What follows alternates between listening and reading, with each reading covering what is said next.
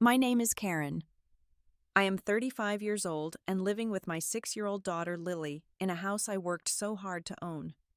I never thought I would hear my own parents scream in my face that my daughter and I are just freeloaders. The irony. They were living in my house, spending my money while saying those words to me.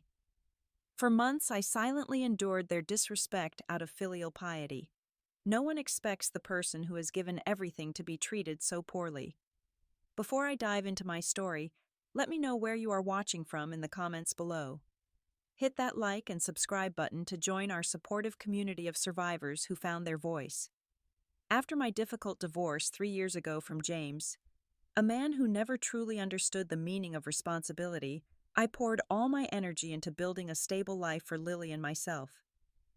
Working in finance wasn't easy as a single mother, but I was determined to provide my daughter with security and comfort.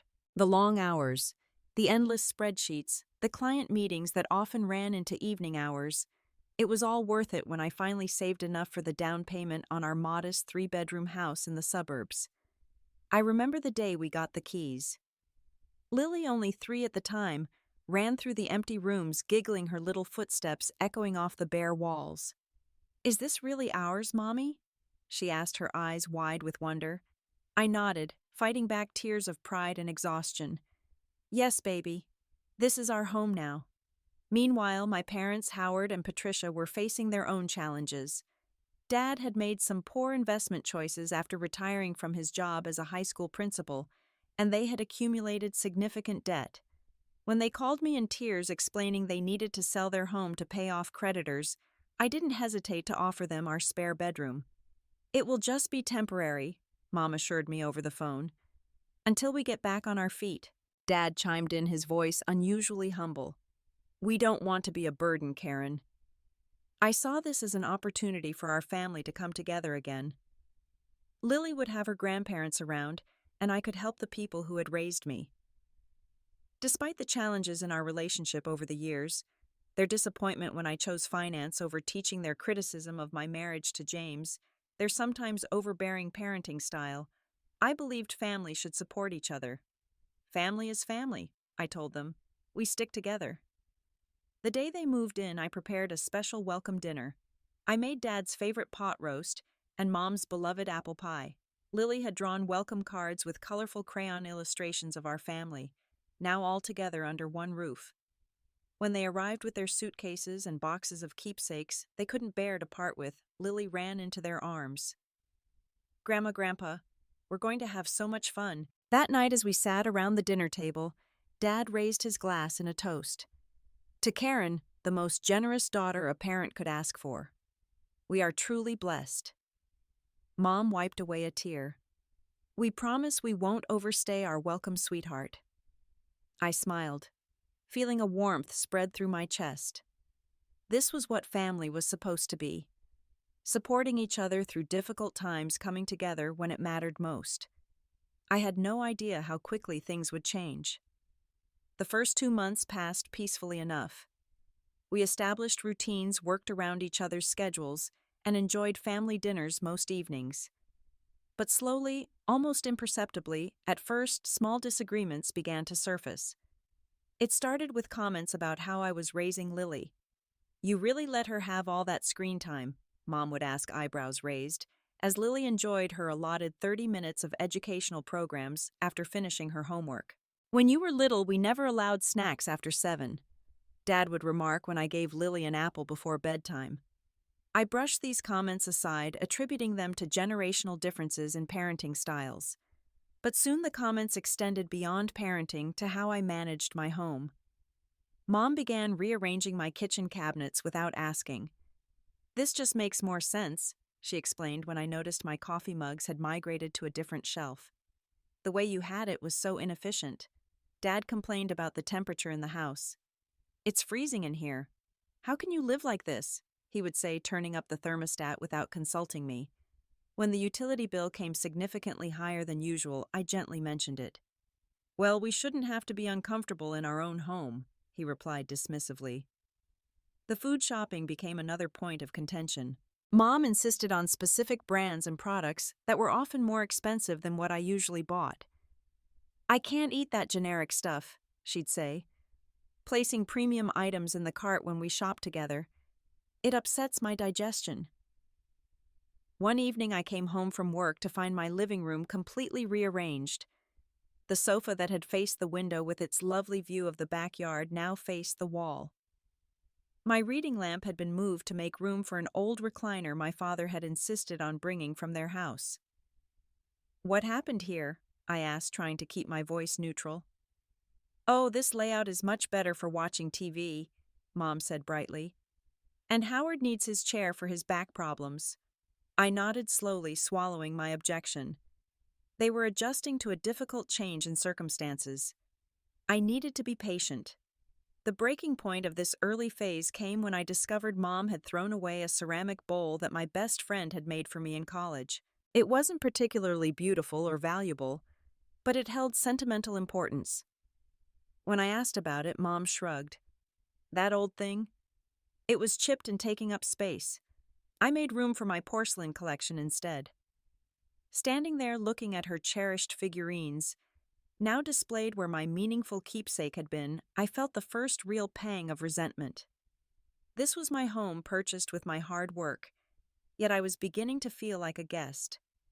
I said nothing, but that night I lay awake wondering if I had made a mistake inviting them to live with us. 6 months into our living arrangement, the small frictions had developed into significant conflicts. What bothered me most was how my parents undermined my authority with Lily. One afternoon, I came home early from work to find Lily eating a large ice cream sundae at 4 in the afternoon. Dinner was in just 2 hours, and I had a strict rule about desserts only on weekends or special occasions. "Mom, you know Lily isn't supposed to have sugar like this on school nights," I said quietly, trying not to embarrass my daughter. Before Lily could respond, my mother waved her hand dismissively.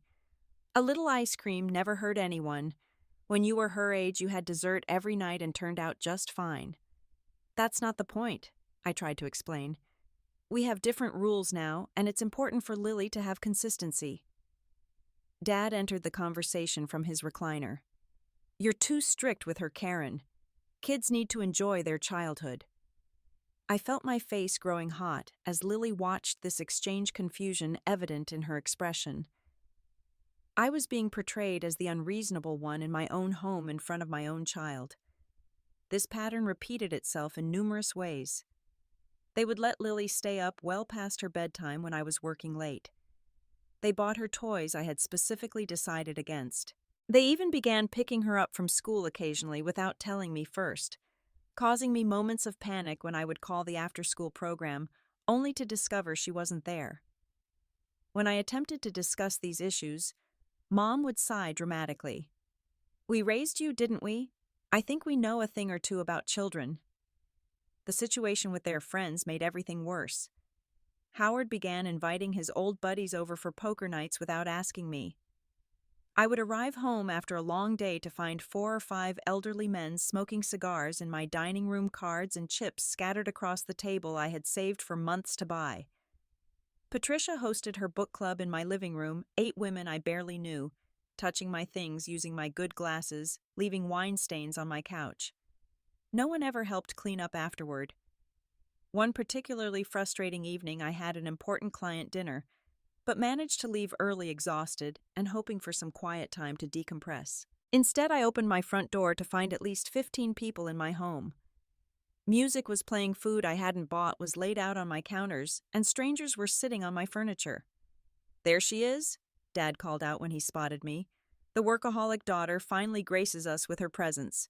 The group laughed, and I forced a smile while internally seething.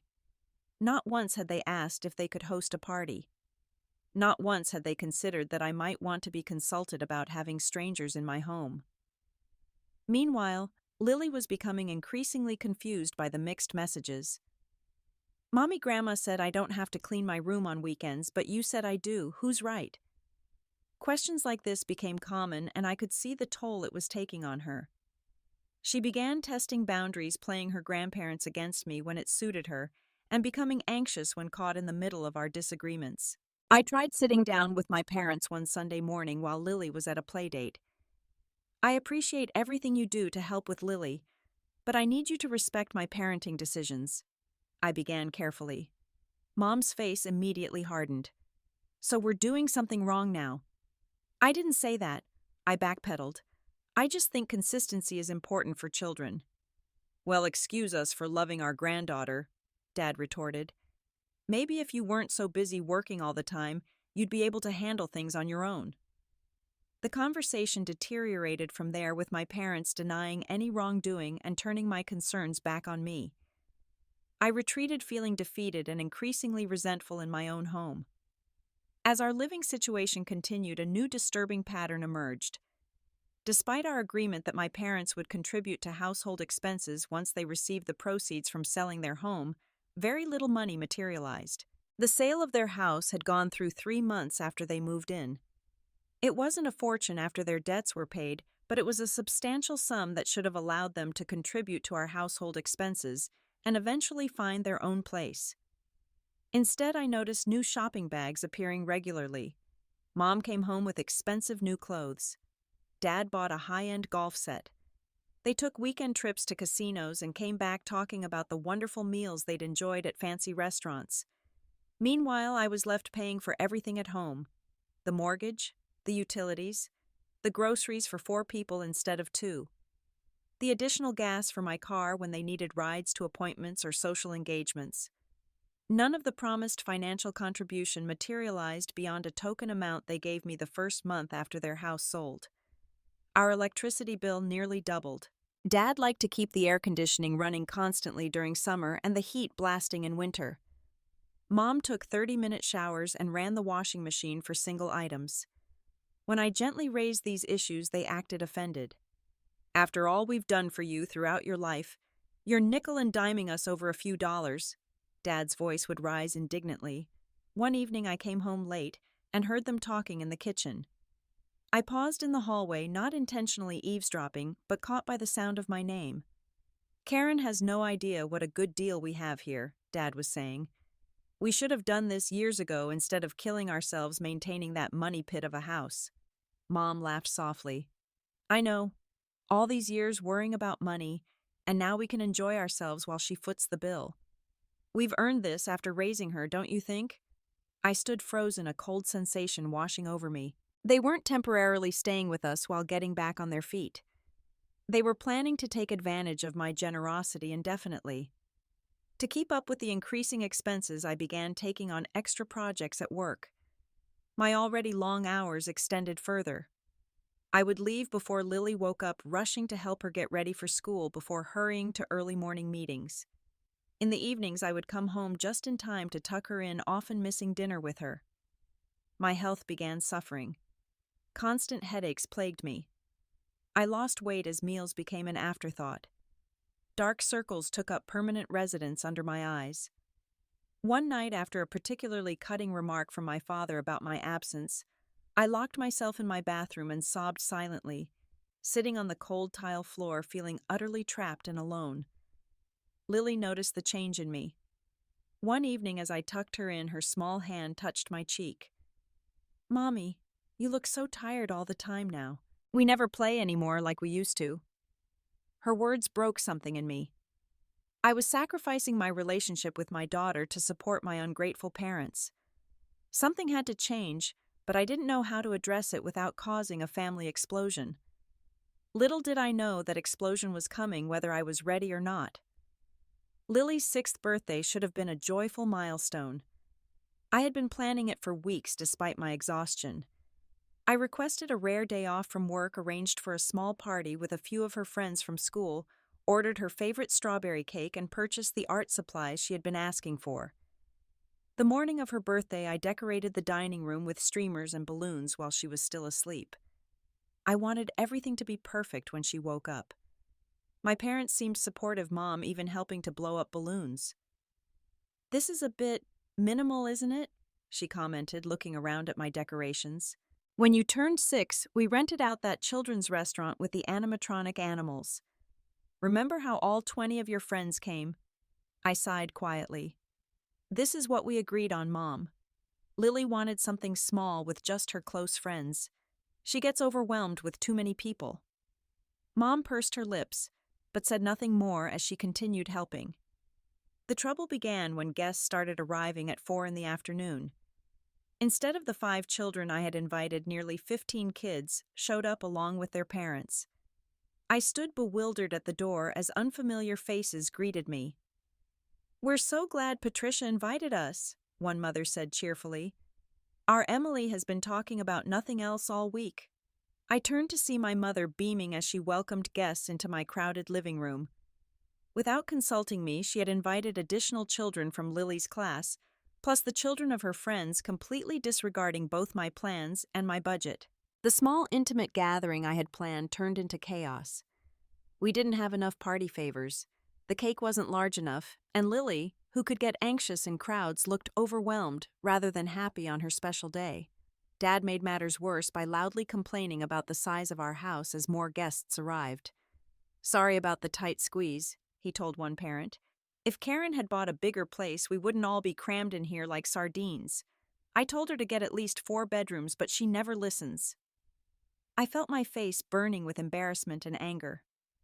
This was my house bought with my hard-earned money, and he was apologizing for it as if it were inadequate, as if I had failed somehow.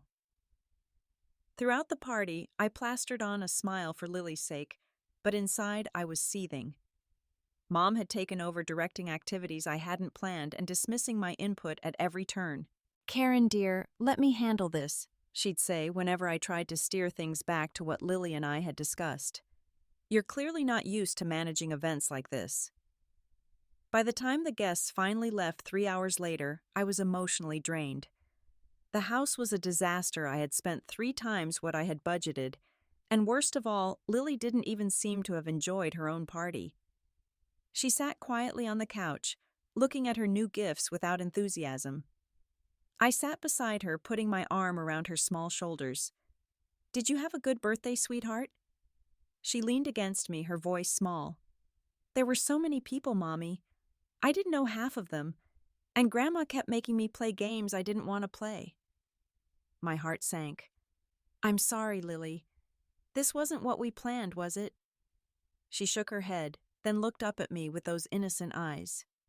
"Why were Grandma and Grandpa being so loud and bossy? Are they mad at us?" I hugged her tighter. "No, baby. They're not mad. Grown-ups just get confused sometimes about what's important." As I held my daughter, I promised myself that things would change.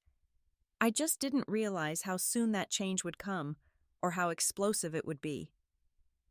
The week after Lily's birthday, I left work early with a pounding headache. All I wanted was to take some pain relievers and lie down in the quiet of my room for an hour before Lily got home from her after-school program. What I found instead sent my stress levels skyrocketing. Music blasted from my living room speakers. The scent of cigar smoke and alcohol hung heavy in the air. At least 20 people filled my house, most of them strangers to me. Some sat on my furniture with drinks precariously balanced on my wooden tables without coasters. Others were in the kitchen helping themselves to food from my refrigerator. Wine glasses and beer bottles cluttered every surface. I stood in the doorway, stunned. My mother spotted me first, weaving her way through the crowd with a glass of wine in hand. "Karen, what are you doing home so early? You never come home before 6. Her words were slightly slurred, her face flushed with alcohol. "I have a migraine," I said quietly, still trying to process the scene before me. "What is all this, Mom?" "It's Howard's birthday. We decided to surprise him with a little get-together." She gestured expansively at the crowd of people who were certainly not having what anyone would call a little get-together. "You didn't think to ask me first, or even tell me—" My voice remained low, but the tension was evident. She waved dismissively. "Oh, you're always so busy with work. We didn't want to bother you with the details. Besides, it's family celebrating family. What's the problem?" Before I could respond, I noticed a stranger emerging from the hallway that led to the bedrooms, my bedroom. "Excuse me?" I said, moving past my mother. "What were you doing back there?" The woman, someone I had never met before, smiled apologetically. "Just looking for the bathroom. Your mother said it was down the hall." I nodded stiffly and made my way to my bedroom. The door was ajar, and I could immediately see that someone had been in there. My closet door stood open, dresser drawers weren't fully closed, and several of my personal items were clearly out of place. On my bed, someone had tossed their coat and purse. A wave of violation washed over me. This was my private space, the one room in the house that was supposed to be just mine, and strangers were traipsing through it, touching my things, invading my sanctuary. I returned to the living room now, beyond headache and to full-blown fury, to find my father holding court in my recliner, regaling his friends with stories, while gesturing with a tumbler of what appeared to be my special occasion whiskey, a bottle I had been saving for years. I took a deep breath, remembering that Lily would be home soon, and the last thing I wanted was for her to walk into this chaotic scene. As calmly as possible, I approached my father.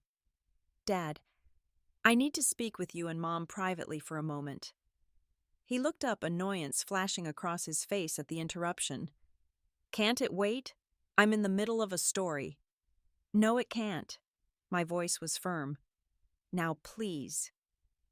Reluctantly, he followed me to the kitchen where my mother was refilling her wine glass. Once we were as secluded as possible, given the circumstances, I spoke in a controlled tone.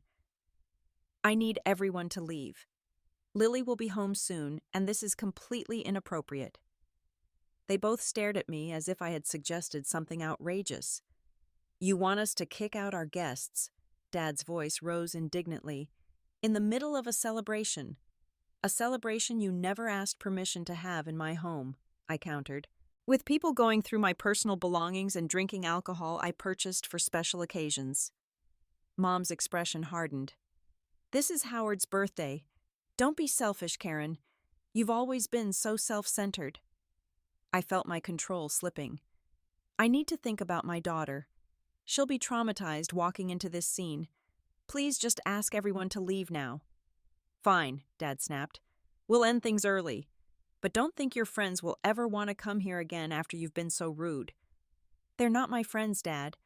I don't know any of these people," I pointed out. Without another word, he stormed back to the living room and announced that the party was ending early because "my daughter has a problem with us enjoying ourselves." The barely concealed hostility in his voice made me cringe. As the guests gathered their belongings, many casting curious or disapproving glances my way, I went to check on Lily's room, fearing it had also been invaded. To my relief, her door was closed and everything inside appeared untouched. When I returned to the living room, most of the guests had departed. I found Lily sitting alone on the stairs, having arrived home during the exodus. Her small face was troubled, her backpack still on her shoulders. "Mommy, why are all those people leaving? Did I do something wrong?" I sat beside her, pulling her close. "No, sweetheart. You didn't do anything wrong at all. Grandma and Grandpa had some friends over, but it's time for them to go home now." As the last guest departed, leaving my house in complete disarray, my parents stood in the living room, their expressions thunderous. The moment the door closed, they erupted. "How dare you embarrass us like that?" Dad shouted, his face red with anger. "Those were our friends." "This is my house," I stated firmly, standing my ground despite my pounding heart. "You can't just take over and invite strangers without asking me." "Your house," Mom's voice dripped with disdain. "How ungrateful can you be after everything we've done for you?" "What exactly have you done for me since moving in?" I asked, trying to keep my voice steady. "You haven't contributed financially as promised. You undermine my parenting. You rearrange my things without permission. You treat this home like it's yours with no respect for boundaries." Dad stepped closer, pointing his finger in my face. "We gave you life. We raised you. Everything you have is because of us."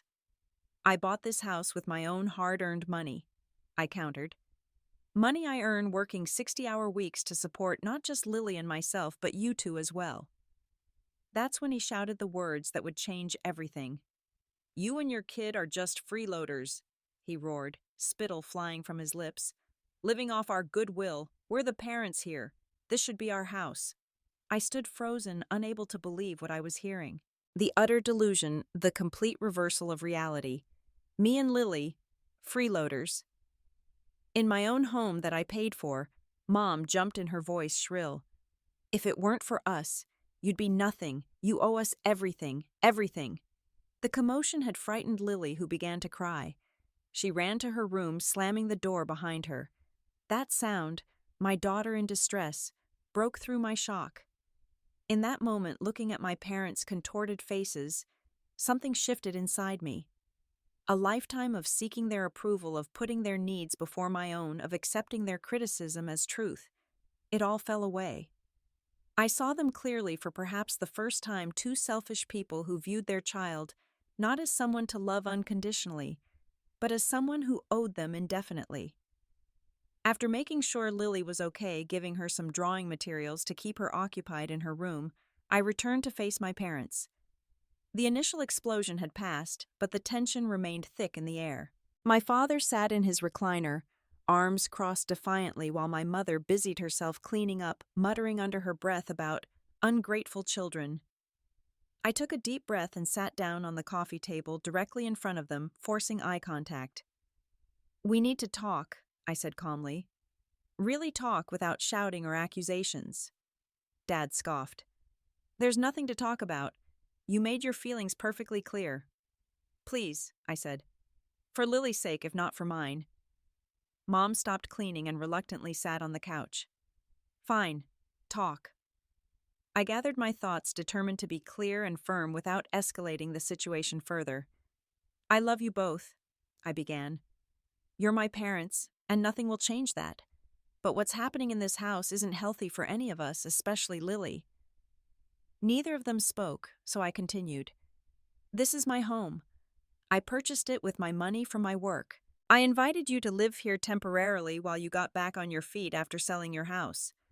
That was almost a year ago now." Dad started to interrupt, but I held up my hand. "Please let me finish. You haven't contributed financially as we agreed. You've taken over spaces that aren't yours. You undermine my parenting decisions. You invite strangers into our home without permission. And today you called me and my daughter freeloaders in our own home." I leaned forward, keeping my voice steady. "I need you to understand something very clearly. You have two options going forward. Either you respect my boundaries as the homeowner and Lily's mother, or you find somewhere else to live. I'll give you 30 days to make arrangements if you choose the latter." Their expressions of shock would have been comical in any other context. "You would throw your own parents out on the street?" Mom's voice was incredulous. "You're not going to be on the street," I said firmly. "You have money from selling your house. You have Social Security. You have options. What you don't have is the right to take advantage of me anymore." Dad's face had turned an alarming shade of red. "After everything we've done for you?" "Yes, you raised me," I acknowledged, "and I'm grateful for that. But parenthood doesn't mean owning your child forever. It doesn't entitle you to take over their life or home. I'm an adult with my own child to raise now." "So that's it." Mom's eyes filled with tears. "You're choosing your lifestyle over your family." I shook my head, refusing to accept her framing. "I'm choosing healthy boundaries. I'm choosing to model self-respect for my daughter. I'm choosing to end a toxic situation that's hurting all of us, including you." Their realization that I was serious slowly dawned on their faces. For perhaps the first time since they had moved in, they were seeing me not as their daughter, who owed them everything, but as an independent adult making a reasonable stand. The next few weeks were difficult, but transformative. I found a therapist who specialized in family dynamics and started weekly sessions. I joined an online support group for adult children navigating complicated relationships with parents. Both helped me understand that setting boundaries wasn't selfish. It was necessary for my well-being and Lily's. My parents chose to move out, renting a small apartment about 15 minutes away. The day they left was both painful and liberating. As the door closed behind them, I felt an overwhelming mixture of guilt, sadness, and relief. Slowly, Lily and I reclaimed our space. We repainted the guest room together, turning it into an art studio where we could create together on weekends. I scaled back my work hours, prioritizing quality time with my daughter over the extra income we no longer needed to support 4 people. The most surprising development came about 3 months after my parents moved out. They invited us for dinner at their new apartment. The space was small but cozy, decorated with their favorite things. Dad had joined a local seniors golf league. Mom had reconnected with her love of watercolor painting. Your boundaries were hard to accept at first, Mom admitted over dessert. But they forced us to find our own way again. Dad nodded. We took you for granted, Karen. And we were stuck in old patterns of seeing you as our little girl, not the capable woman you've become. Our relationship wasn't magically healed, but with clear boundaries in place, we began building something healthier.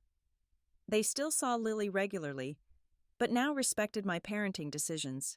They occasionally came for dinner at our house, but always called first and never overstayed. One year after the blow-up that changed everything, I sat in my backyard watching Lily and my parents planting flowers together. Their interaction was gentle, respectful, and genuinely joyful. The transformation was remarkable. That night, after everyone had gone home and Lily was asleep, I sat on my porch with a cup of tea reflecting on our journey. The most important lesson I had learned was that love doesn't mean allowing yourself to be mistreated. Real love, for others and for yourself, requires honesty, respect, and boundaries. Speaking my truth had not destroyed my family as I had feared. Instead, it had created the possibility for authentic connection based on mutual respect rather than obligation and resentment. If you are struggling with similar family dynamics, remember that setting boundaries isn't selfish, it's essential. You deserve respect in your own home and life. Sometimes the most loving thing you can do for yourself and others is to stand firm in your truth. Have you ever had to set difficult boundaries with family members? Share your experience in the comments below. If this story resonated with you, please hit the like button and subscribe to hear more stories of personal growth through challenging circumstances. Every comment, like, and share helps our community of healing grow stronger. Thank you for listening to my story, and remember, loving yourself isn't selfish, it's necessary.